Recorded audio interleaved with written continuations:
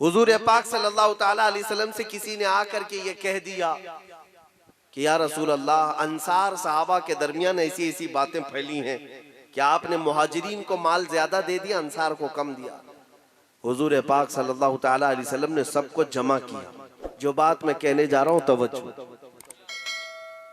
सहाबा को जमा किया। कौन से? अंसार सहाबा को। और हुजूर पाक ने हजरत साद इब्ने मुआज से पूछा, साद, मैंने सुना है तुम्हारी कौम मेरे बारे में ऐसा सोच रही है कि मैंने मुहाजिरीन को, अपने गांव वालों को माल ज्यादा दे दिया, तुम लोगों को माल कम दिया है। हजरत साद ने कहा, हाँ या रसूल अल्लाह, ऐसी बातें चल रही हैं। अब सुनो नबी पाक सल्लल्लाहु अलैहि वसल्लम ने क्या फरमाया। सही हदीस पाक है। हुजूर अकरम सल्लल्लाहु ताला अलैहि वसल्लम इरशाद फरमाते हैं, ऐ अंसार, क्या तुम गुमराह नहीं थे कि अल्लाह ने मेरे जरिए तुम्हें हिदायत अता की?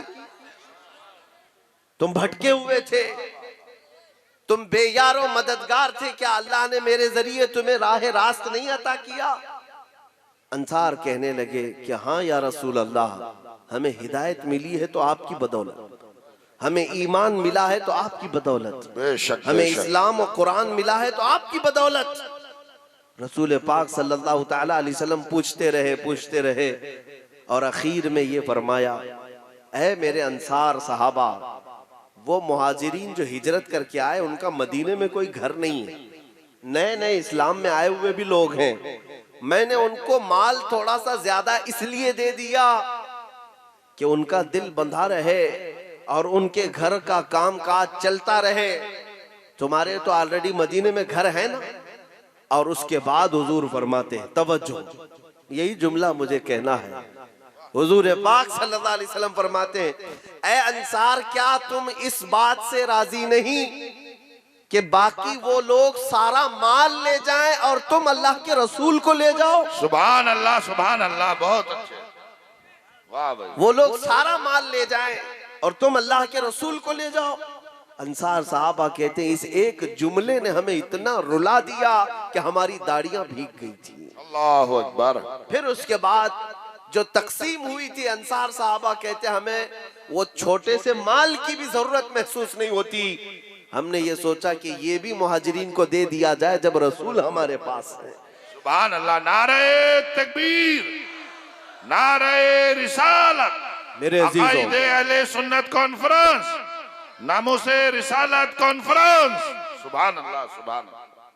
ये मैंने हदीस इसलिए अर्ज की कि जब दुनिया पैसों पर इतराती है, ताकत पर इतराती है, माल और दौलत की कसरत पर इतराती है और अपनी सियासत और इक्तिदार पर घमंड करती है, तो ऐ गयूर मुसलमानों, अगरचे तुम्हारी झोली में एक टुकड़ा भी ना हो, लेकिन नर्वस होने की जरूरत नहीं। तुम बाबांगे दोहल ऐलान करके कहो, दुनिया वालों, तुम सारी दुनिया ले जाओ, मुझे मकीने गुंबदे खजरा काफी। सुभान अल्लाह, सुभान अल्लाह। मेरे पास आमीना का लाल है जो पूरी कायनात का शहंशाह है, पूरी कायनात का आका और मौला है। वो रसूल अगर हमारे साथ है तो बस काफी है। आज मैं आपसे यही कहना चाहता हूँ, सब लुट जाने के बाद भी टेंशन की जरूरत नहीं, रसूल हमारे साथ है। नबी पाक सल्लल्लाहु ताला अलैहि वसल्लम से वफादारी करोगे या नहीं करोगे? कोई हुजूर से गद्दारी करता है? नबी पाक सल्लल्लाहु ताला अलैहि वसल्लम से बेवफाई करोगे? हर किसी नहीं। तो जब तुम्हारा रिश्ता हुजूर से ऐसा है कि तुम हुजूर पाक सल्लल्लाहु ताला अलैहि वसल्लम से मोहब्बत करते हो, तो एक बात मैं बताता हूँ, तवज्जो, हुजूर से मोहब्बत है ना? सच कह रहे हो? नबी पाक सल्लल्लाहु ताला अलैहि वसल्लम का नाम आता है, अंगूठे चूम करके आंखों से लगाते हो, यही मामूल है आपके यहाँ? जब हुजूर का नाम आ जाए खड़े होकर सलाम भी पढ़ते हो? अगर कोई दुरूद का हुक्म दे तो मोहब्बत से दुरूद पढ़ते हो? ये सब तुम्हारा रिश्ता है ना हुजूर से मोहब्बत का। अच्छा, एक बात मैं ये भी कहूँ, दिल पर हाथ रख करके पूछना, तुम्हारा दिल ये भी कहेगा हुजूर से कमाल की जिसे मोहब्बत है उसे हुजूर को देखने की तड़प भी होती, उन्हें उनकी जियारत की तलब है या नहीं है? है। तुम क्यों मोहब्बत करते हो हुजूर से? एक मसले का हल बता देता हूं। तुम क्यों मोहब्बत करते हो हुजूर पाक सल्लल्लाहु अलैहि वसल्लम से? इतना क्यों चाहते हो हुजूर से? अरे मियां, कमाल की बात है ना। दुनिया लैला को चाह रही है, मजनू को चाह रही है, माशूक को चाह रही है, महबूब को चाह रही है। तुम तो कायनात के आका मौला मकीने गुंबद खजरा से मोहब्बत कर रहे हो। क्यों मोहब्बत कर रहे हो? मैं आज आपको बताऊं, अगर मैं ये सवाल करूं तो हो सकता है बहुत सारे लोग ये कहे कि मेरे ईमान की ये अलामत है इसलिए मोहब्बत कर रहा हूं। सही है, मेरे आखिरत की कामयाबी है इसलिए मोहब्बत कर रहा हूं, मेरी कब्र में आने वाले हैं इसलिए मोहब्बत कर रहा हूं, है मुझे हश्र में बख्शवाने वाले हैं इसलिए मोहब्बत कर रहा हूं, जन्नत में ले जाने वाले इसलिए मोहब्बत कर रहा हूं। यही जवाब है ना। तो हुजूर से इसलिए मोहब्बत कर रहे हैं। मगर एक आशिक सादिक मुल्ला जामी से पूछा गया, क्यों मोहब्बत करता है हुजूर से? क्या जवाब देते हैं? फरमाते हैं, नादान, तेरी हैसियत क्या है मोहब्बत करने की? रसूल तुझसे मोहब्बत करते हैं इसलिए तू उनसे मोहब्बत करता है। सुभान अल्लाह, सुभान अल्लाह, या रसूल जिंदाबाद। हमारी अपनी हैसियत नहीं है, हमारी अपनी हैसियत नहीं है कि हुजूर से मोहब्बत करते हैं। हम जो आज हुजूर से मोहब्बत करते हैं वो इसलिए कि रसूल हमसे, अल्हम्दुलिल्लाह, इस बात पर फख्र करो ए सुन्नी मुसलमानों कि रसूल तुमसे मोहब्बत करते इसलिए तुम चाह करके उनका नाम लेते हो। चहल पहल में और हुजूर पाक सल्लल्लाहु ताला अलैहि वसल्लम की मोहब्बत में मचल मचल करके जो नाम लेते हो वो यूं ही नहीं। जिससे रसूल मोहब्बत नहीं करते पूरी जिंदगी भर उसकी जुबान पर अपना नाम भी आने नहीं देते। हाँ, ऐसे मुनाफिकीन भी हैं, गद्दार भी हैं। वो तो रसूल से मोहब्बत नहीं करने की बात करते हैं। उनकी हैसियत क्या है मोहब्बत करने नहीं करने की? ये समझ लो कि रसूल उनको नहीं चाहते। तो आज इस बात पर फख्र करोगे ना कि हुजूर से हमें मोहब्बत है, इसका मतलब ही ये है कि रसूल हमसे, हाँ मेरे अजीजों, अगर रसूल तुमसे मोहब्बत नहीं कर रहे होते तो तुम्हारी इतनी जुर्रत भी नहीं थी कि उनका नाम लेते, इतनी तुम्हारे अंदर तौफीक भी नहीं होती कि हुजूर सल्लल्लाहु ताला अलैहि वसल्लम का जिक्र सुनते। हुजूर तुमसे मोहब्बत कर रहे हैं। और इसीलिए कहा गया है कि जब कभी तुम्हारे घर में खुशियां आती हैं, एक आशिक रसूल की बात है, मोमिन सादिक की, खुशियां आती हैं तो बुजुर्गों ने फरमाया उस वक्त तुम खुश हो जाते हो जब रसूल तुम्हारी तरफ देखकर मुस्कुराते हो। ये भी कितनी बड़ी बात है।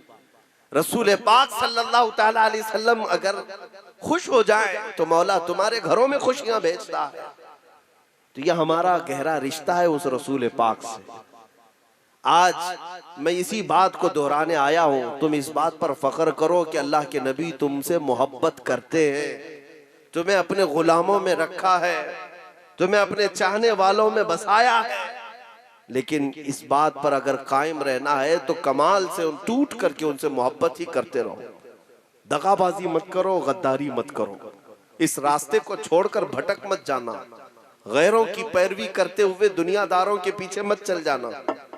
नबी पाक सल्लल्लाहु ताला अलैहि वसल्लम ने अगर तुम्हें अपनी महफिल में बिठाया है तो बैठने की लाज भी रखना कि रसूल पाक ने मुझे बिठाया है। ऐ सुन्नी मुसलमानों, नबी मुहतरम सल्लल्लाहु ताला अलैहि वसल्लम जिससे मोहब्बत करे उसका हाल क्या होता है। अल्लाहु अकबर। मैं आपको बताऊं, हुजूर पाक सल्लल्लाहु ताला अलैहि वसल्लम जिस पर हाथ रखे, हजरत जाबिर फरमाते हैं मेरे घर में खाने के लिए एक बार दावत मैंने दी रसूल पाक सल्लल्लाहु अलैहि वसल्लम, और हुजूर पाक ने खाना खाकर दस्तरखान से अपना हाथ पोंछ लिया। हजरत जाबिर कहते हैं मैं वो दस्तरखान उठाकर तबर्रुक के तौर पर घर में रख लिया कि रसूल पाक ने अपना हाथ पोंछा है दस्तरखान से। हजरत जाबिर कहते जब वो दस्तरखान कभी मैला हो जाता तो मैं उसे पानी से नहीं धुलता, भड़कती हुई आग की तंदूर में डालता। सुभान अल्लाह, सुभान अल्लाह। कपड़े का दस्तरखान है, आग की तंदूर में डालता, थोड़ी देर के बाद उस कपड़े को निकालता, उसका सारा मैल निकल चुका होता, एक रुआं भी नहीं जलता। क्यों? इसलिए कि रसूल पाक सल्लल्लाहु ताला अलैहि वसल्लम ने अपने हाथ मुबारक उस दस्तरखान से पोंछ लिए थे। सुभान अल्लाह। अब सुनो मेरे अजीजों, जिस दस्तरखान पर रसूल पाक के हाथ लगे दुनिया की आग उसे नहीं जलाती। मेरे मुस्तफ़ा करीम सल्लल्लाहु ताला अलैहि वसल्लम का फरमाने आलीशान है, जो दुनिया में उनसे मोहब्बत करता है, कल क़यामत के दिन मेरे आका उससे मुसाफा करेंगे, क़यामत के दिन उससे मुसाफा करेंगे। और जब तुम क़यामत के दिन रसूल से मुसाफा कर लोगे, मेरा ये विजदान कहता है फिर जहन्नम की आग भी उसे नहीं जलाएगी, जहन्नम की आग उसे नहीं जलाएगी। ऐ मेरे अजीजों, अपने आका कौनैन सल्लल्लाहु ताला अलैहि वसल्लम के वफादार बन जाओ। उस रसूल से ज्यादा चाहने वाला कोई है ही नहीं तुम्हारा। तुम्हें मैं बताऊं किन घड़ियों में उन्होंने तुम्हें याद नहीं किया, किन घड़ियों में याद नहीं किया। सुभान अल्लाह। पैदा होने से लेकर अपनी जाहिरी वफात तक उस रसूल पाक ने उम्मत उम्मत ही तो कहा है। जो न भूला हम गरीबों को रजा, याद उसकी अपनी आदत कीजिए। सुभान अल्लाह। उस इमाम अहले सुन्नत ने यही तो तालीम दी। रसूल पाक सल्लल्लाहु ताला अलैहि वसल्लम ने कहां कहां हमें याद किया। जब कभी बिजलियां कड़कती, बादल छा जाते, हजरत आयशा फरमाती रसूल पाक बिस्तर छोड़कर बाहर चले जाते, रात के वक्त रोते रोते हाथ फैलाते और अर्ज करते मौला इन बिजलियों को दूर कर दे, इस अबर को खत्म कर दे। माँ आयशा सिद्दीका फरमाती या रसूल अल्लाह सल्लल्लाहु अलैहि वसल्लम, आप इन बिजलियों से इतना क्यों घबराते हैं? सुनो ऐ नौजवानों, रसूल पाक फरमाते हैं इसलिए कि पिछली कौमों पर जब अजाब आता था तो पहले बिजलियां कड़कती थीं, अबर छा जाता था, फिर उन पर आग की बारिश होती या पत्थरों की बारिश हो जाती, वो हिलाक हो जाया करते। आसमानी अजाब आता था तो पहले निशानियां ये बनती थीं।